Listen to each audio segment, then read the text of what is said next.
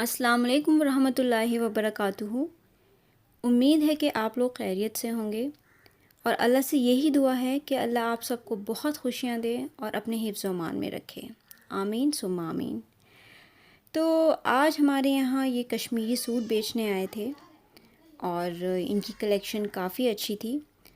ज़रूरत तो बिल्कुल नहीं थी कपड़ों की, क्योंकि लास्ट ईयर भी काफ़ी सारे सूट्स लिए थे मैंने इनसे, जो अभी तक पहनने का मौका भी नहीं मिला, क्योंकि ये लोग एक बार तो आते नहीं हैं। ये आपके पास हर महीने आते रहते हैं अगर आप इनके रेगुलर कस्टमर्स होते हैं, और कलेक्शन इतनी अच्छी होती है कि आप ख़ुद को रोक ही नहीं पाते और कुछ ना कुछ ख़रीद ही लेते हैं। तो इस बार भी ऐसे ही हुआ, बट मेरा कोई इरादा नहीं था कपड़े ख़रीदने का, क्योंकि पिछले साल वाले ही अभी नहीं पहने हैं।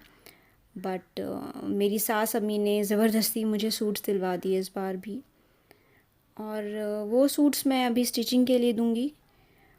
तो इंशाल्लाह उस पर भी मैं एक वीडियो आपके साथ ज़रूर शेयर करूंगी बनाकर। ये वाला सूट काफ़ी अच्छा लग रहा था, इसका कलर कॉम्बिनेशन बहुत अच्छा था और एकदम फ़ाइन एम्ब्रॉयडरी थी। तो मेरी सास अम्मी ने ये अपनी अम्मी के लिए लिया था, यानी मेरी नानी के लिए। और ये देखिए, इसकी स्टोल भी बहुत खूबसूरत सी है, प्लेन है, और उनकी एज के हिसाब से ये सूट बहुत अच्छा लग रहा था हम लोगों को। तो ये सूट हमने फ़ाइनल कर दिया था। और सूट्स तो काफ़ी सारे थे इनके, बट कुछ पुरानी कलेक्शन लग रही थी, वही बड़ी बड़ी सी एम्ब्रॉयडरी तो वो उतनी अच्छी नहीं लगती, एकदम मोटी मोटी एम्ब्रॉयडरी। तो छोटी छोटी अगर बारीक एम्ब्रॉयडरी हो तो वो ज़्यादा खूबसूरत लगती है। तो यहाँ पर ये इनके पास नीचे और भी बैग्स थे, तो वो नीचे से और लेकर आए यहाँ पर दिखाने के लिए। तो ये एक फ़िरन था, ये फ़िरन भी दिखा रहे थे। फ़िरन मुझे नहीं चाहिए था, मेरी सास अम्मी को चाहिए था, बट इनके पास ये लास्ट ही पीस बचा था, इसमें और ऑप्शंस नहीं थे, तो ये हम लोगों ने नहीं लिया। ये अंकल काफ़ी स्वीट से थे और काफ़ी एज भी थी इन अंकल की। ये बता रहे थे कि ये 22 साल से ऐसे सूट्स बेच रहे हैं आकर, और इनसे इनके जो परमानेंट कस्टमर्स हैं वो हर साल इनसे ख़रीदते ही हैं। कलेक्शन अच्छी थी इनकी, ऐसा नहीं है, बट कुछ सूट्स होते हैं जो आपकी पसंद के नहीं होते हैं, बट मोस्टली इनकी जो कलेक्शन थी वो औरों के मुताबिक काफ़ी मुख्तलिफ थी, काफ़ी डिफरेंट थी। तो पसंद आई हम लोगों को इनकी कलेक्शन। और यहाँ पे ये ओवरकोट्स वगैरह कुछ दिखा रहे थे जो हम लोगों को नहीं चाहिए थे, शॉल्स एम्ब्रॉयडरी वाली, हेवी हेवी शॉल्स। तो ये जो नॉर्मल सूट्स जो आई थिंक हर साल इसी तरह के सूट्स आती हैं, तो ये भी हम लोगों को कुछ ख़ास नहीं लगे। और ये वाला सूट था जो हमने ख़रीदा है नानी के लिए। देखिए, इसको पास से मैं आपको दिखा रही हूँ, इसकी कितनी फ़ाइन एम्ब्रॉयडरी है और बहुत खूबसूरत था इसका कलर कॉम्बिनेशन, और बारीक कढ़ाई थी। तो ये हम लोगों को पहली नज़र में ही ये सूट पसंद आ गया था और हम लोगों ने फ़ाइनल कर दिया था। और यहाँ पे जो मेरी सास अम्मी ने मुझे सूट दिलाया वो ये वाला है।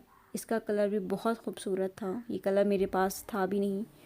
और इसकी एम्ब्रॉयडरी भी देखिए कितनी फ़ाइन है।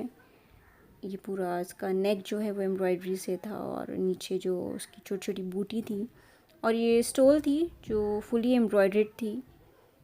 तो ये भी बहुत खूबसूरत लग रहा था।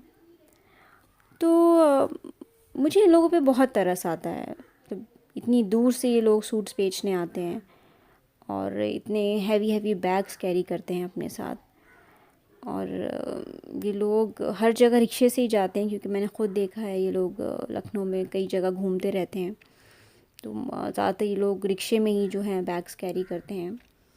एक ये सूट जो था मस्टर्ड, ये भी बहुत अच्छा लग रहा था, तो ये भी सूट हमने लिया। बहुत प्यारा सा था ये, इसका कलर कॉम्बिनेशन बहुत अच्छा था। और इसकी ये शॉल है, ये देखिए बहुत खूबसूरत सी इसकी ये शॉल लग रही थी। तो हम लोगों ने ये सूट भी फ़ाइनल कर लिया था।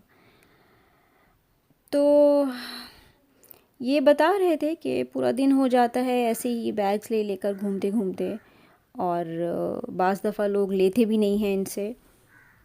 हम लोगों के साथ क्या होता है कि हम लोग बाज़ारों में जाके खूब शॉपिंग कर लेते हैं, और जो बड़े बड़े ब्रांड्स हैं वहाँ पे जाकर आप बार्गेनिंग भी नहीं कराते। बट इन लोगों के साथ इन लोगों का आपको होता है कि बस ये अगर 2000 का सूट है तो वो आपको 400 या 500 में दे जाएं। तो ऐसा नहीं होता है। अगर आप कहीं भी जाएं, किसी भी रिटेल आउटलेट पे आप जाते हैं, जैसे शॉपर स्टॉप है, पैंटालून्स है, तो वहाँ जाके आप कहाँ बार्गेनिंग कराते हैं। वो जो उनका ख़ुद का जो डिस्काउंट रहता है वो आप उसी पे, जो उनके प्राइस रहते हैं आप उसी पे ख़रीदते हैं। वहाँ जाके आप ये नहीं कहते कैश काउंटर पे कि हमें इतना डिस्काउंट चाहिए, ये 2000 की चीज़ है, आप हमें 800 में दे दीजिए या 900 में दे दीजिए। तो मुझे लगता है कि ये लोग भी अपने घरों से 2 पैसे कमाने के लिए निकले हैं। तो आप ऐसा नहीं, आप बार्गेनिंग कराएं, बट इतनी कराएं कि आपका भी नुकसान ना हो और इन लोगों की भी रोज़ी चल जाए। इंसान बहुत मजबूर होकर घर से दूर जाता है रोज़ी कमाने के लिए। और जो एज इन अंकल की थी, आई गेस ये 60 प्लस होंगे। तो इस एज में इतने दूर आकर रोज़ी कमाना आसान बात नहीं होती।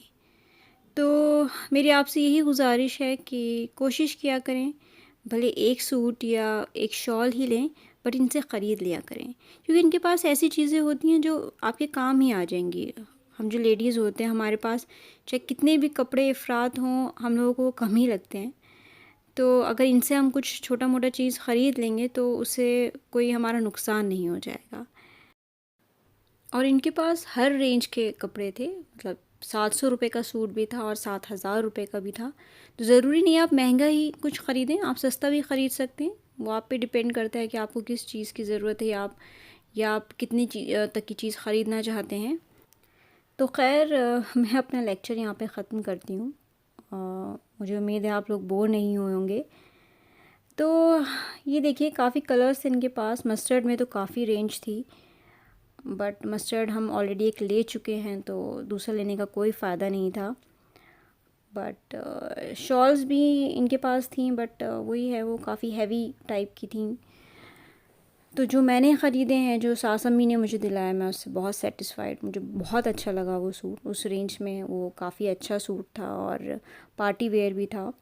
कपड़ा जो है वो भी इसका काफ़ी कंफर्टेबल है हाथ लगाने में। अब स्टिचिंग के बाद पता चलेगा ये कि ये इसका लुक कैसा आता है। और इंशाल्लाह जब मैं इसको स्टिचिंग के लिए दूंगी और जब ये स्टिच होकर आ जाएगा और जो भी बाकी के मेरे सूट हैं जब सब आ जाएंगे, तो मैं इंशाल्लाह उसके ऊपर एक अलग से व्लॉग बनाऊंगी और आप लोगों के साथ शेयर करूंगी। और ये जो मस्टर्ड कलर था ये भी बहुत ही खूबसूरत मुझे लग रहा था। बट वही है, आप जितने सूट लीजिए उतना कम ही लगता है आपको। तो खैर, ये मस्टर्ड सूट भी सास अम्मी ने ले लिया था महविश के लिए, मेरी सिस्टर इन लॉ के लिए। और जी शाम हो गई थी और हमारे घर आए थे कुछ गेस्ट। तो सास अम्मी ने यहाँ पे बनाया था नाश्ता, बहुत अच्छा सा। यहाँ पे हैं फ्रेंच फ्राइज़ और महविश ने बनाया था यहाँ पे चटपटा सा पास्ता। और इधर अम्मी ने बनाया था ये चिकन सैंडविच। ये बहुत ही लजीज थे, मतलब मैं इसको खाती जा रही थी और मुझे पता नहीं चल रहा था।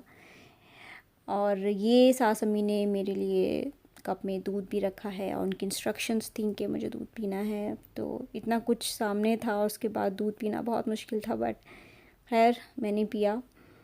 और जो पास्ता था वो भी बहुत लजीज बनाया था महविश ने। तो काफ़ी चीज़ें हो गई थी और काफ़ी हैवी आइटम थी, क्योंकि फ्रेंच फ्राइज़ भी डीप फ्राइड होते हैं। तो बहुत मज़ा आया उस शाम में। तो मेरी सास अम्मी की हमेशा यही कोशिश रहती है कि जब भी कोई घर में मेहमान आए तो घर में जो भी खाने की चीज़ें अवेलेबल हैं वो सब उन मेहमानों के आगे रखें, क्योंकि मेहमान अपना रिस्क खुद लेकर आते हैं। हम लोग कोई नहीं होते उनको खिलाने वाले। अल्लाह उनका रिस्क पहले से ही लिख देता है, हम लोगों के हाथ में कुछ नहीं होता। उनकी किस्मत में पहले ही लिखा होता है कि वो आज क्या खाने वाले हैं। तो जी नाश्ते के बाद टाइम हो गया था डिनर का। तो डिनर यहाँ पे लग चुका है और यहाँ पे आप देख सकते हैं ये है चिकन स्ट्यू, इधर है सैलेड और यहाँ पर हैं गुलाब जामुन गर्मा गर्म, और ये है रायता। उधर हैं गुलावटी कबाब और हमारी मटन 1 पॉट बिरयानी, जिसकी रेसिपी मैं आपके साथ शेयर कर चुकी हूँ। तो बस मेहमान खाने के लिए बैठ गए थे। मेहमान भी क्या थे, वो हमारे मामू ही थे जो आ गए थे और अम्मी ने उनको खाने पे रोक लिया था कि तुम आए हो तो खाना खा के जाना, क्योंकि वो यहाँ पे नहीं रहते हैं, वो रियाद में रहते हैं। तो वो 2 साल बाद आए थे। तो यही होता है कि मिलना बहुत कम हो पाता है और काफ़ी अरसे बाद वो यहाँ पर आते हैं। तो सोचा कि क्यों ना उनके साथ ज़्यादा से ज़्यादा टाइम स्पेंड किया जाए।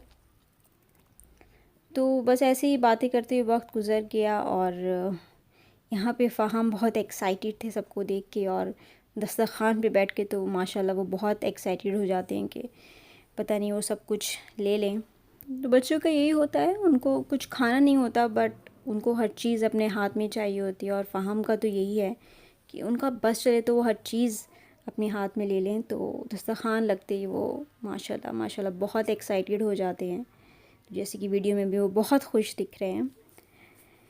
तो मैं अपनी वीडियो को यहाँ पर एंड करती हूँ, अपने व्लॉग को मैं यहाँ पे एंड करती हूँ इस उम्मीद के साथ कि आपको मेरा ये व्लॉग पसंद आया होगा। और मैं फिर कहूँगी कि अगर मुझे किसी इम्प्रूवमेंट की ज़रूरत है, जैसे कि मैं हर वीडियो में कहती हूँ, तो मुझे ज़रूर बताइएगा।